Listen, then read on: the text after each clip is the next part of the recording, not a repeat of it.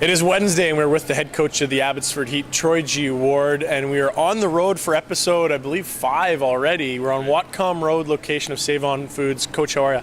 Good, yourself? We've taken the show on the road. I'm thrilled. Yeah, it's kind of cool. It's good to get out, and we live in one of the most beautiful places in the world. Why not? Absolutely, and not even a hint of rain yet. As soon as I feel raindrops, I think it's hockey season, and forecast for rain coming up in a couple days. Season starts in a couple days. Seems to fit. Yeah, it's pretty fitting, and it's gotten a little bit more difficult out there today than it's been, but obviously we've certainly enjoyed a great fall here. Tell us about training camp. You were down to 28, and the season starts on Friday. What have the early returns been, and how ready are you for the home opener? Well, I think we're ready. I mean, all things considered, the benchmark is we just have been playing against ourselves. So, I mean, on a daily basis of competing against each other, building systems, building conditioning, all the things that go into making you a good hockey team. We've been doing that on a daily basis here. We haven't had any scoreboard tell us we're good or bad yet. Some, like Peoria coming in was 2-1 in the exhibition season down the Midwest part of the state. So they've got a little better feel for probably how they've handled themselves in game environments. We've tried to put ourselves in game environment on a daily basis, and right now I like where we're at. In season, you can do a lot of pre-scouting, and you can look at some teams on film and what they do. I imagine it becomes more challenging in the preseason. Yeah, it does. I mean, we obviously don't get any film on Peoria or things like that, and even ourselves, we had a red-white game, and we felt good about the red-white game, Ryan. Like we liked how we performed, and we've been using that as a teaching mechanism all week with our players this week in preparation for Friday's home opener against Peoria. But still, as far as a benchmark with the team we play, we'll be as unfamiliar with them as they will be with us. Fair enough. I want to check in on the status of two players we haven't seen on the ice in camp as of yet, Paul Byron, Greg Nemus. What's going on, and when do you expect to see them with game uniforms on?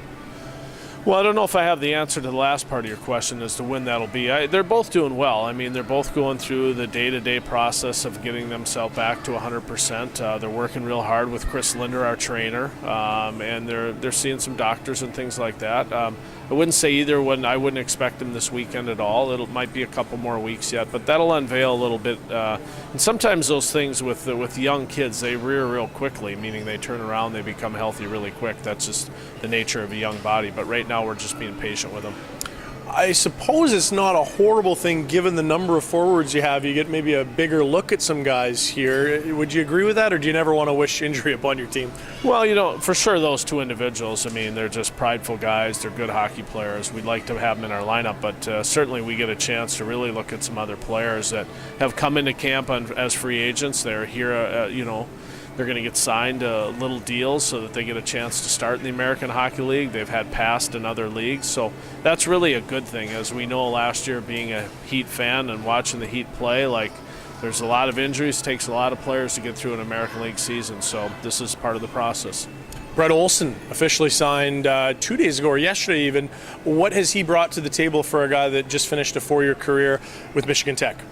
Well, Brett has brought consistency. One of the things, he played 2 years as juniors in the States for Waterloo, had a good career there, and then he goes into college as a 20-year-old freshman, so he graduates almost a 25-year-old man. And, he's consistent. He shows up every day. He's there hard. He's got some skill to him.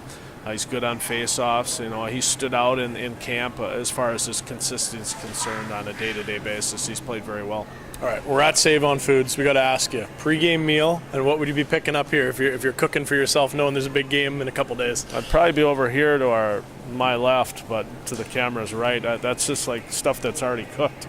Just come in here and grab it quick and go. Some type of pasta.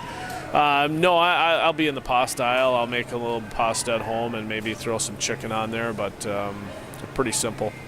Next thing we're going to be shooting this at your house over dinner, and you have to feed all of us. Does that sound good? That'd be good. I don't have to have a bib on. I don't eat spaghetti very well, but the camera will have to deal with the bib, but otherwise it'll be good.